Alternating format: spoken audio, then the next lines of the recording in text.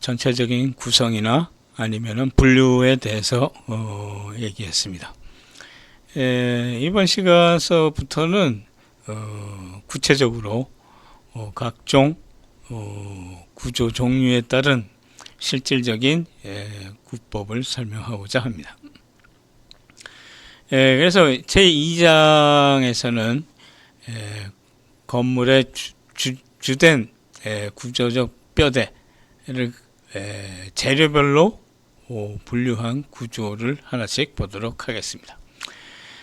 가장 대표적인 것은 역시 철근 콘크리트 구조라고 할 수 있겠죠. 그 다음에 철골조, 철근 콘크리트조, 조적조, 목조, 특수구조 등이 있는 것으로 이미 설명한 바 있습니다. 그래서 가장 많이 사용되는 이제 철근 콘크리트 구조의 전체적인 구법을 보도록 하죠. 상세한 내용으로는 이제 재료와 구조, 그다음에 벽식 구조 등 이거는 본 내용 중에서 설명을 드리도록 하겠습니다. 우리가 철근 콘크리트조라고 하면은 영어로는 reinforced concrete structure라고 얘기를 하고 있는데 결국 보강 콘크리트 구조다 라는 뜻이죠. 우리가 간략하게는 RC 구조라고 얘기를 하고 있습니다. 즉 철근 주위에 둘레의 콘크리트를 피복 내진 타설해서 일체가 되도록 한 것을 철근 콘크리트 구조라고 하고, 이것을 갖다가 기둥이나 보 등 구조적 중요한 역할을 하는 부분에 사용한 건축물을 말하고 있습니다. 철근 콘크리트 구조의 역사는 일단 재료적 역사를 먼저 보아야겠죠. 그래서 가장 콘크리트 재료의 주성분인 시멘트가 언제 만들어졌냐? 실상 이집트, 그리스, 로마 시대에도 원시적이긴 하나 시멘트와 유사한 것들이 사용이 됐다고 얘기를 하고, 이것이 이제 공업적인 제품으로 만들어진 것, 흔히 지금 사용하고 있는 시멘트의 대부분이 다 포틀랜드 시멘트라고 부르고 있습니다만, 이 포틀랜드 시멘트가 특허를 얻게 된 것이 결국은 1824년이라고 그렇게 얘기를 하고 있습니다. 조셉 아스프디는 벽돌공이라고 하는데 기존의 포틀랜드 시멘트와 거의 유사하다고 얘기를 하고 있죠. 그 다음에 그것을 갖다가 이용을 해서 이제 구조체라고 보다는 어떤 물건을 만들어내는데, 그때 처음 만들어진 것이 일종의 식목통이라고 하나요? 나무를 심는 통에 쓰였다라고 얘기를 하고 있습니다. 그래서 당시에 결국 철망 속에다가 철망 바깥에다 이제 콘크리트 관을 덮었다고 얘기를 해서 최초의 합성 구조, 곧 지금의 RC 구조와 같은 개념의 시작이라고 보면 되겠죠. 그 다음에 이제 철근을, 배근을 어떻게 이론적으로 정립할 것이냐 해서 그것을 정립한 것이 1886년 건설업자인 프랜시스 헤네비크가 그 이론 및 계산법을 정립했다고 그렇게 얘기를 할 수 있습니다. 실제로 우리가 재료적 의미에서 따지자면은 실은 어떻게 보면 200년이 채 안 된다고도 볼 수 있겠죠. 이것은 이제 모니에르라고 하는 사람이 만든 철망과 콘크리트의 합성 구조에 대한 특허 출원 도면이고, 이것이 이제 철근 배근법을 갖다가 이론적으로 확립한 헤네비크의 실제 일체식 철근 콘크리트 구조입니다. 일체식이라고 부르는 것은 두 개의 서로 다른, 즉 철근과 콘크리트를 갖다가 합성했다 하는 뜻에서 일체식이라고 우리가 흔히 이야기하고 있습니다. 네, 이거는 뭐 독특한 사례입니다만, 이것도 철근에다가 콘크리트 씌워서 만든 보트라고 하죠. 그래서 특허가 1856년에 만들어졌다고 하는데, 뭐 실제로 2차 대전 당시에도 철근 콘크리트 구조의 구축함을 계획했었다는 그러한 얘기도 있습니다.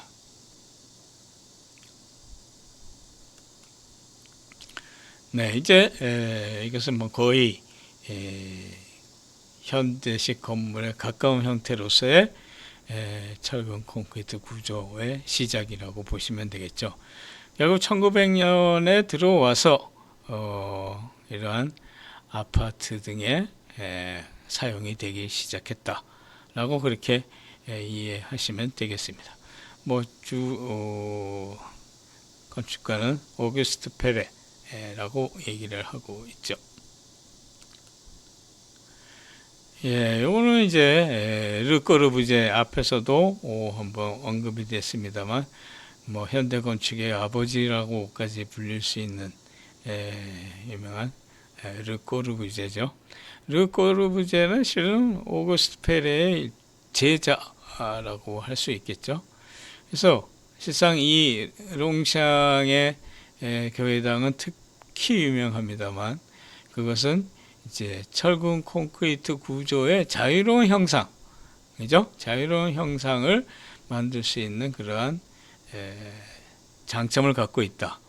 즉, 뭐 거푸집의 형태에 순응하기 때문에 어떠한 아름다운 형태도 만들어낼 수 있다는 그런 장점 또한 보여주고 있습니다.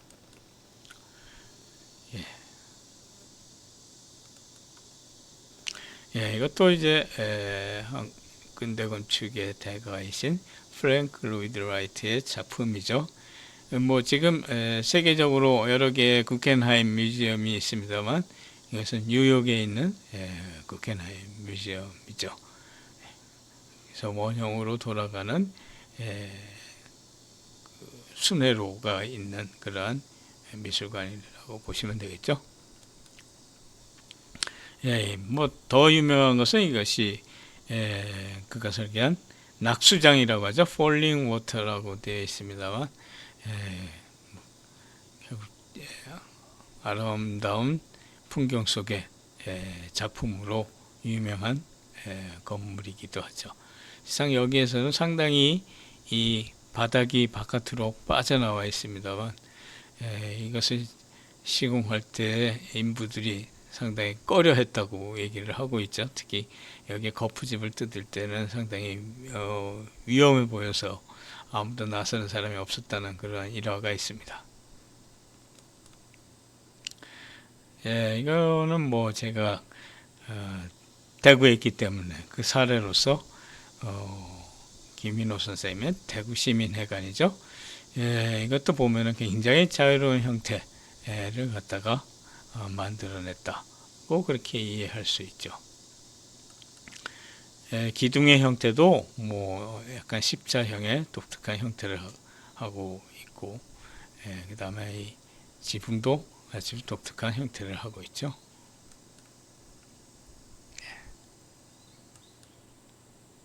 이거는 이제 기둥과 보의 접합부를 보여주고 있는 모습이죠. 지금은 실은 이것은 이제 대구 콘서트 하우스로 리모델링이 되어 있는 상태라고 보시면 되겠죠. 실은 위에는 이렇게 일종의 박공지붕이 실은 덮어져 있죠.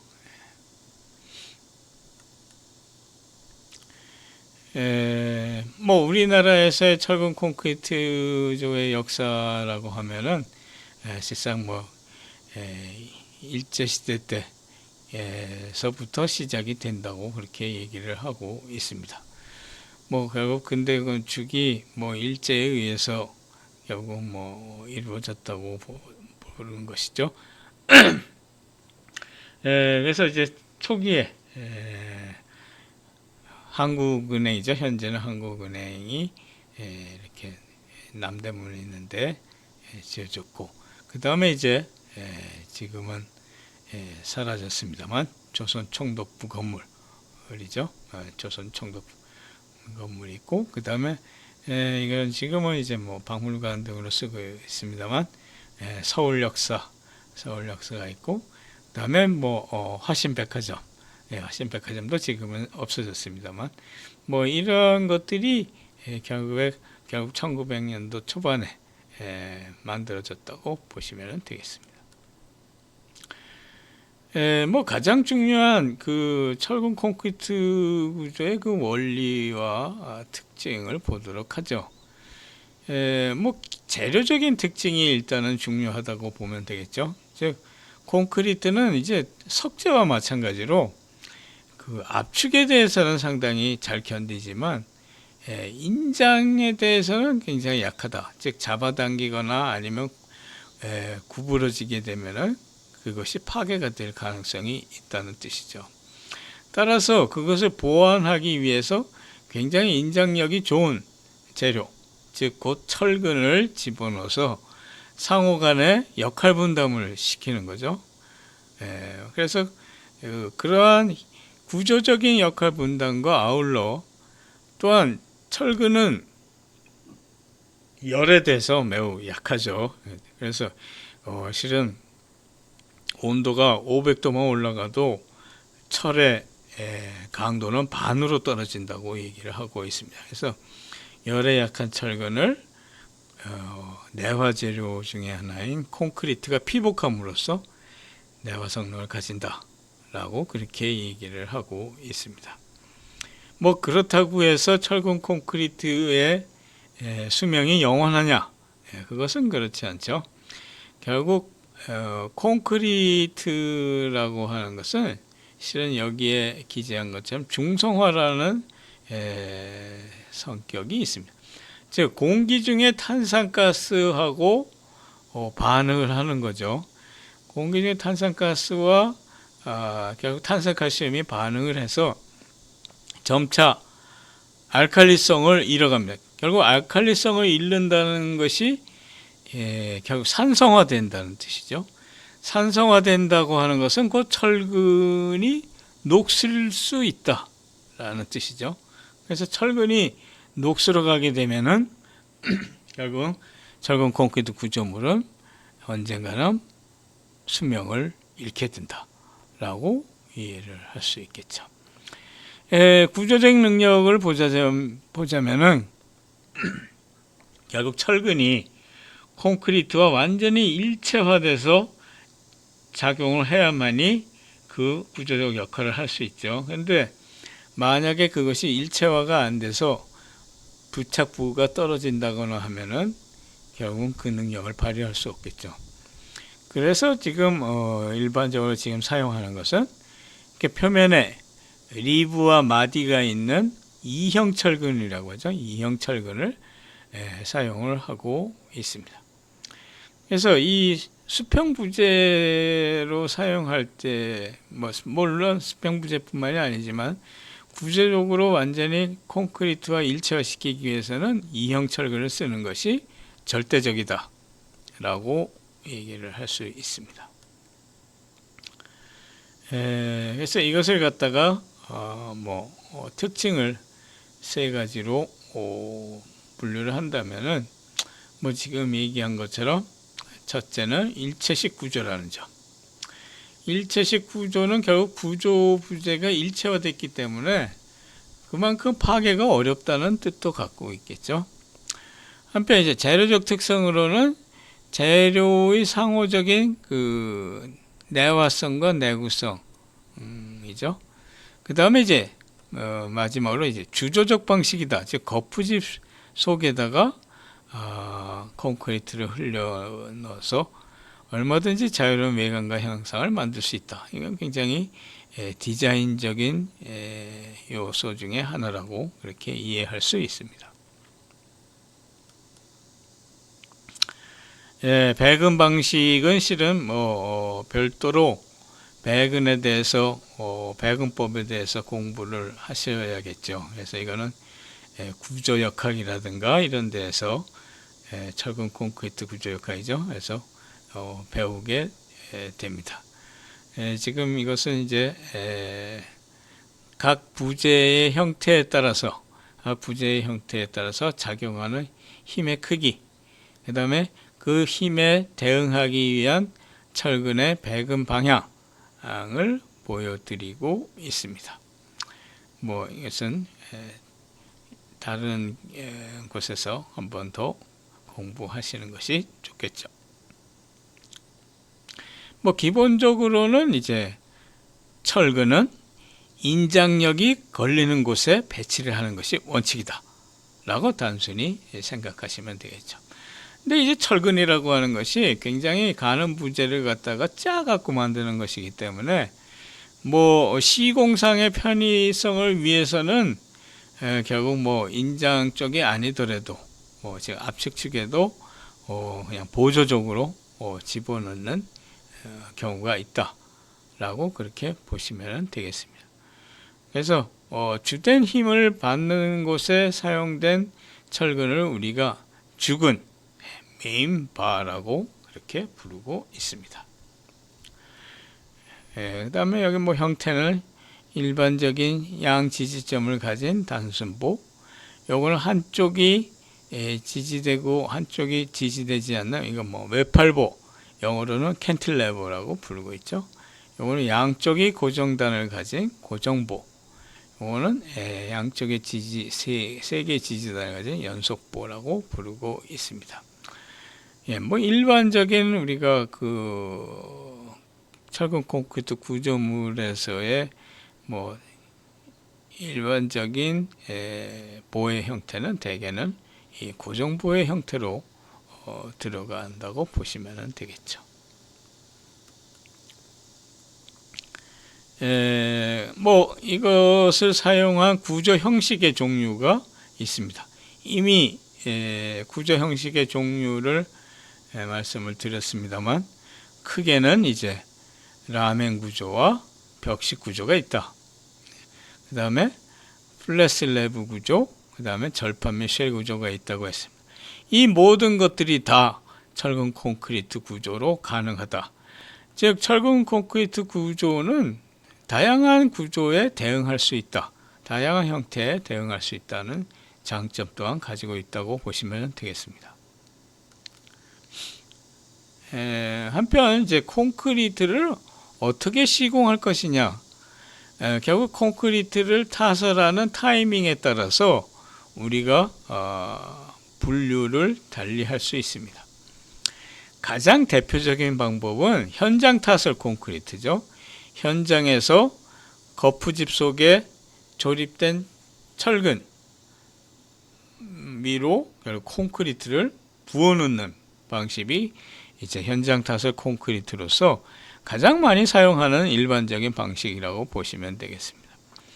한편 이제 프리캐스트하고 프리스트레스트 콘크리트가 있는데, 프리캐스트는 미리 가공한 콘크리트라는 뜻이죠. 그래서 이것은 일반적으로 일체적인 구조가 아닌, 일체식 구조는 실은 현장 타설 콘크리트 방식이고, 프리캐스트 콘크리트는 일종의 부품식 구조죠. 공장에서 콘크리트 부재를 만들어 갖고 와서 그것을 조립하는 방법이 대개 프리캐스트 콘크리트 구조다 라고 그렇게 이해하시면 되겠습니다. 물론 당연히 공기를 단축하는 목적으로 사용이 되고 있습니다. 또 하나는 프리스트레스트 콘크리트가 있어요. 미리 힘을 가해 둔다는 뜻이죠. 이거는 결국 콘크리트 부재 안에 미리 그 인장력을 이제 증대시켜 갖고 보다 긴 그 칸사이, 긴 스판에 대응할 수 있도록 하기 위해서 사용하는 것을 프리스트레스트 콘크리트라고 그렇게 얘기합니다. 우리가 흔히 시내에서 고가교 등을 볼 수 있죠. 고가교는 양 끝에 지지단의 거리가 굉장히 멀리 있습니다. 물론 당연히 중앙에 뭐 기둥 같은 게 있으면 교통에 방해가 되겠죠. 그래서 그런 경우에 결국 스판을 길게 하기 위해서 추가적으로 미리 콘크리트 내에 그 인장력을 가중시켜 놓는 방식이라고 보시면 되겠습니다. 뭐 인장력입니다만 결국 나중에 역할을 할 때는 콘크리트를 꽉 붙잡아주는 그런 압축 능력을 발휘를 하게 되겠죠. 그럼 뭐 구체적으로 하나씩 보도록 하죠. 뭐 벽식 구조와 라멘 구조에 대해서는 이미 설명한 바 있습니다. 벽식 구조는 내력벽과 슬래브, 바닥 슬래브로 구성이 되어 있고, 라멘 구조는 기둥, 보, 바닥 슬래브로 구성이 되어 있다. 특징으로 얘기하자면은 이것도 경제적이고 천장 처리 간단하고 내진 내화적이다. 뭐 내진 내화적이라고 하면은 내력벽이 많이 들어있기 때문에 실상 라멘 구조에 비해서 내진적이다라고도 할 수 있고 내화적이다라고도 할 수 있죠. 그래도 라멘 구조의 특징 중에 하나는 앞에도 얘기한 것처럼 가변형이다. 공간의 구획을 자유롭게 할 수 있다는 거죠. 왜냐하면 기둥밖에 없기 때문에. 그 다음에 리모델링 대응형이다. 결국 공간을 갖다가 변환시킨다거나 이러한 것이 가능하다는 뜻으로 이해할 수 있겠습니다. 네, 라멘 구조의 형태죠. 라멘 구조의 형태. 그래서 뼈대로는 이러한 철근망이 있고, 철근망 바깥에 콘크리트 부재가 있고, 이거는 뭐 헌치는 요즘분에 접합부를 강하게 하기 위해서 추가적으로 넣는 부분을 헌치라고 합니다만, 뭐 이거는 있을 수도 있고 없을 수도 있고, 그렇게 보시면 되겠죠. 그 다음에 이렇게 마치 벽처럼 되어 있는 것을 이제 뭐 벽보라고 부르고, 그 다음에 이 땅 속에 지나가는 지하 속에 지나가는 보를 지중보라고 부르고 있습니다. 일반적으로 라멘 구조는 당연히 기둥과 보로 되어 있기 때문에 각기 기둥을 지지하는 요소가 필요하죠. 그래서 이것을 우리가 기둥 하나당 하나씩 대개는 있기 때문에 이것을 독립기초라고 그렇게 부르고 있습니다. 그 다음에 보에는 기둥과 기둥을 일자로 연결하는 큰 보가 있고, 그 사이를 지나가는 작은 보가 존재한다고 보시면 되겠죠. 이것이 가장 대표적인 라멘 구조의 형태입니다. 네, 그것을 보시면 이건 이미 콘크리트를 타설한 모습이죠. 타설한 모습. 뭐 이거는 아마 주차장부겠죠. 그래서 마감을 아직 안 해놓은 모습입니다.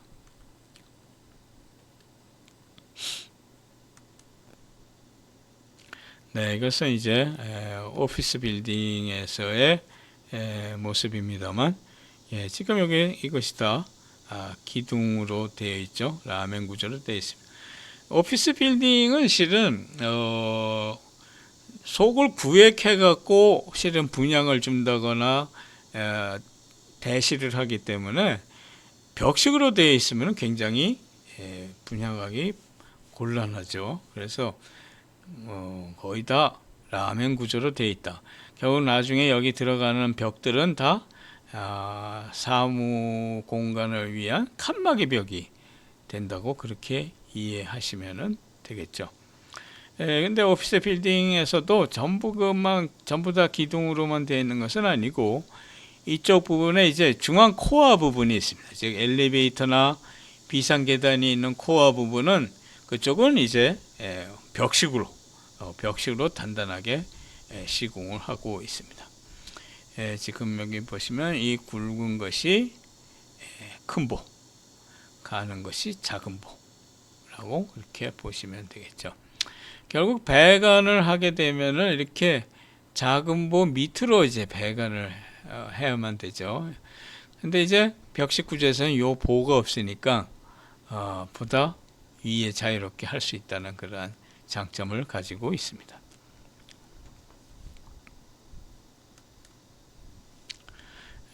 뭐 이것은 제가 덤프트럭을 그냥 본 겁니다. 덤프트럭도 이 속에 있는 흙의 하중을 견디기 위해서 이렇게 보와 같은 구조물을 붙인 거라고 그렇게 이해할 수도 있겠죠.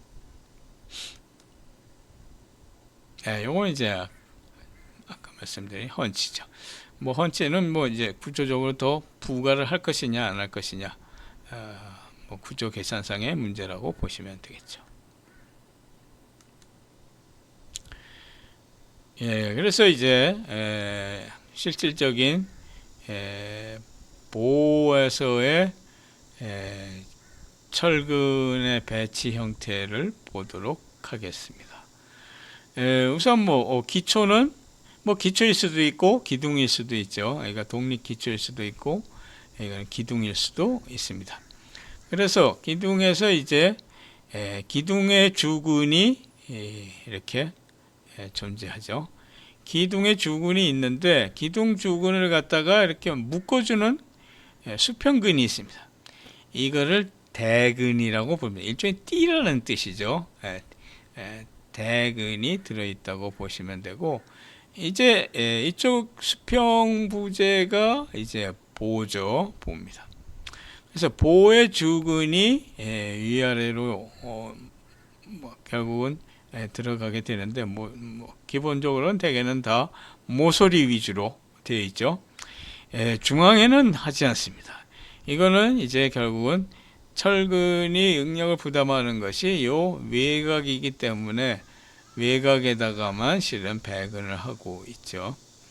그래서 이 기둥 주근을 이용을 해서 거기에 보의 하부근과 상부근을 배근을 합니다. 그런데 이미 이야기한 바와 마찬가지로 이 보의 경우에는 결국 단부에서는 밑에 부분이 이제 압축력을 받고, 그 다음에 상부에서는 중앙부에서는 상부근에 이제 압축력을 받게 됩니다. 한편 인장력을 받게 되는 것은 이게 힘을 눌리면서 이런 힘이 작용을 하죠. 그래서 이 빨간 부분이 이제 인장응력을 받는 부재라고 보시면 되겠습니다. 그래서 기본적으로 주된 역할을 하는 것은 어떻게 보면 이 수평근에서는 이 인장근이 중요한 역할을 하는 거죠.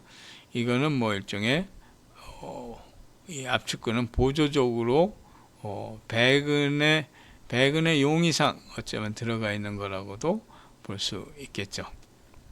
그래서 우리가 이 슬래브의 윗부분과 보의 밑부분까지를 우리가 보 높이라고 부르고 있습니다. 그 다음에 보폭은 그 양쪽 폭을 보폭이라고 하죠.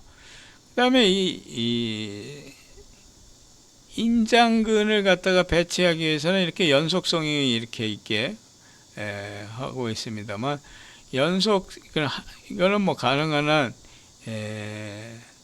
하나의 철근으로 하기 위한 목적이죠. 그러다 보면 이 부분에 이것이 결국은 보의 4분의 1에 해당되는 부위입니다만, 거기에 휘어져 있는 경사진 철근을 우리가 절곡근이라고 부르고 있습니다.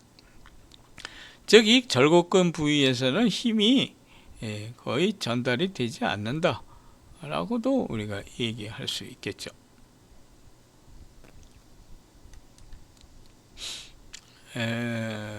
아까 띠철근을 얘기를 했습니다. 띠철근이라고 하는 것은 이제 대근, 후프라고 부르고 있습니다.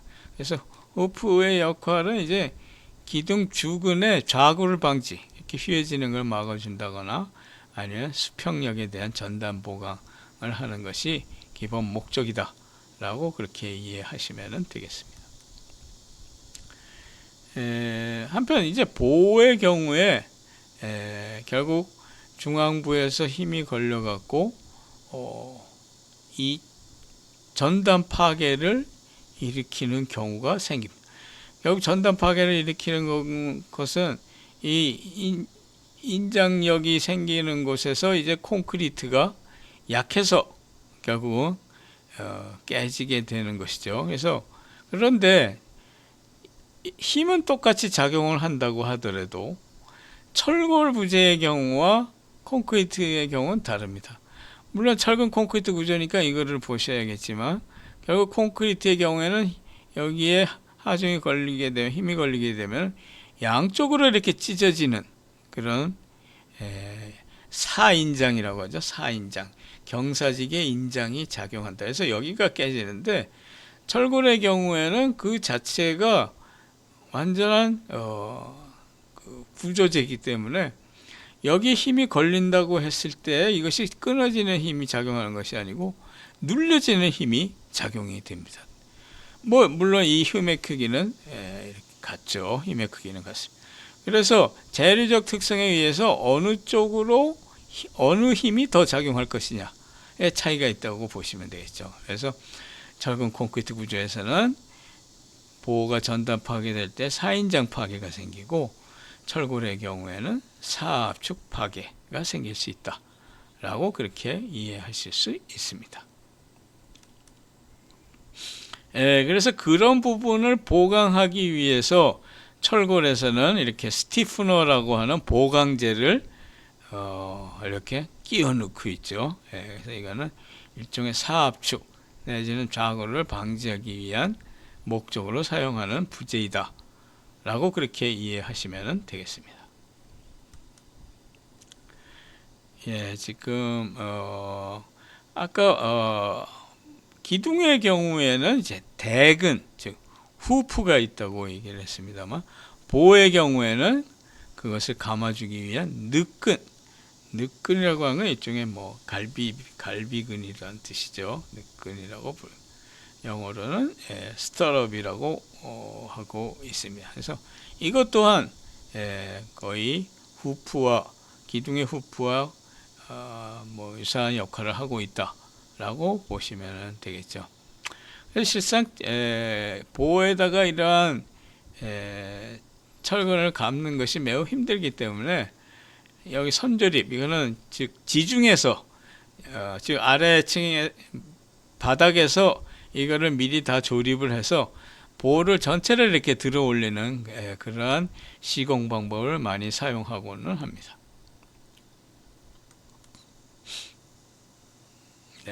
이것이 이제 그 늑근의 모습이 되겠죠.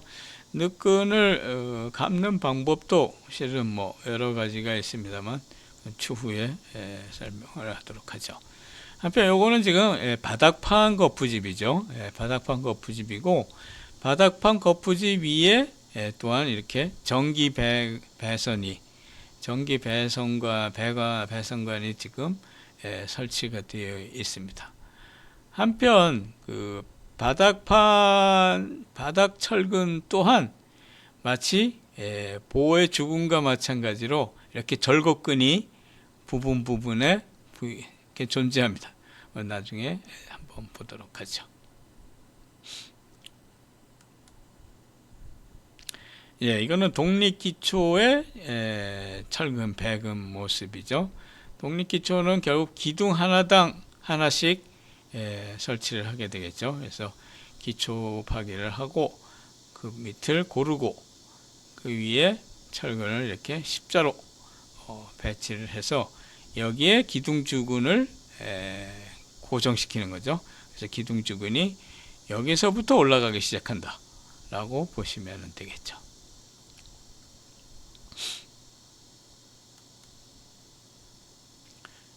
이거 굉장히 조금 복잡해졌습니다만 요게 이제 기초판 하나의 크기가 되겠고 그 다음에 거기에 지나가는 보호가 곧 지중보다 라고 얘기를 했죠. 그래서 지중보가 XY 방향으로 지나가고 있는데 여기 철근 콘크리트 말뚝을 박은 모습이 보입니다만 이것은 다시 말해서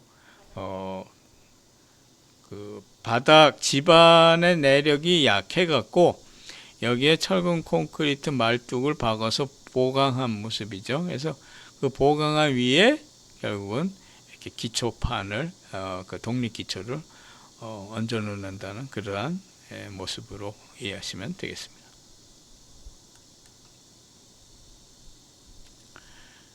예. 그다음에 아까 대근 일반 후프의 모습이죠. 일반 후프의 경우도 잘 보시면은 단부는 촘촘하게, 중앙부는 느슨하게 배의 간격으로 배치를 하고 있는데, 이거를 일일이 하는 것이 이제 좀 굉장히 귀찮은 작업이 될 수도 있습니다. 그래서 그럴 때는 마치 그 스프링처럼 하나로 감아놓은 철근을 갖다가 여기 끼워갖고 확 잡아당겨서 이렇게 일정 간격으로 고정시키는 나선이죠. 나선 철근입니다. 스파이럴 후프라고 부르는 것을 사용을 하기도 합니다.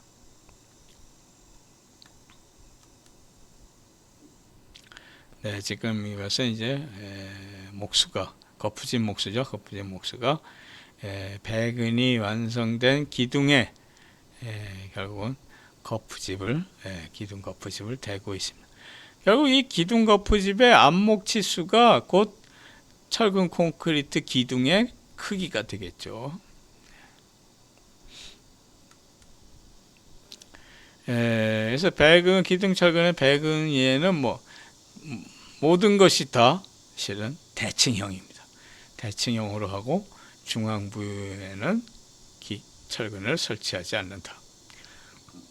그 다음에 대근의 형태는 일반적으로 이렇게 감는 것이 미음자로 감는 것이 원칙입니다만 중간중간에 이렇게 보강용으로 사용을 하기도 한다 라고 보시면 되겠습니다.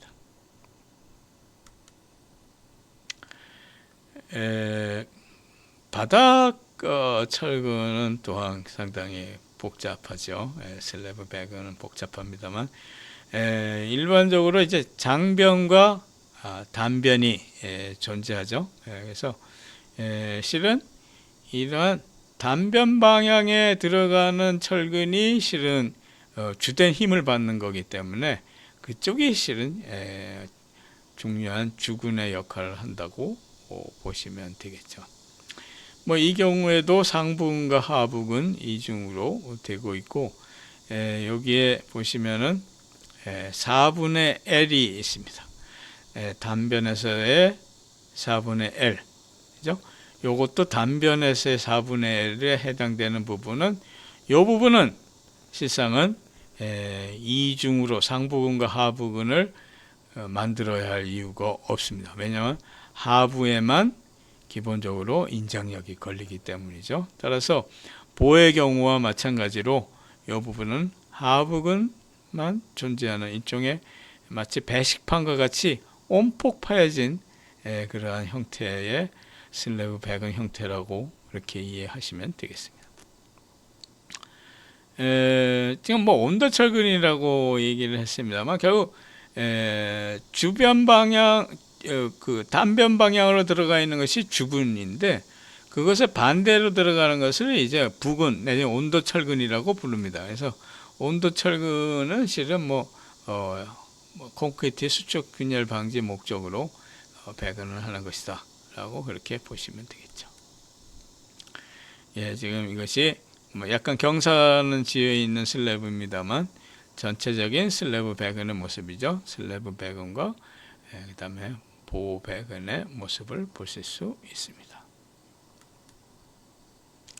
그래서 실상 이 상부근과 하부근은 일정 두께를 반드시 유지해야 되죠.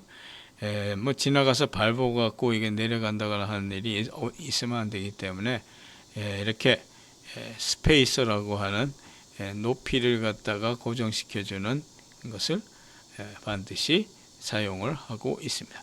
그 다음에 여기 부분이 지금 절곡근의 모습이죠. 여기가 온폭 파여 있는 모습입니다.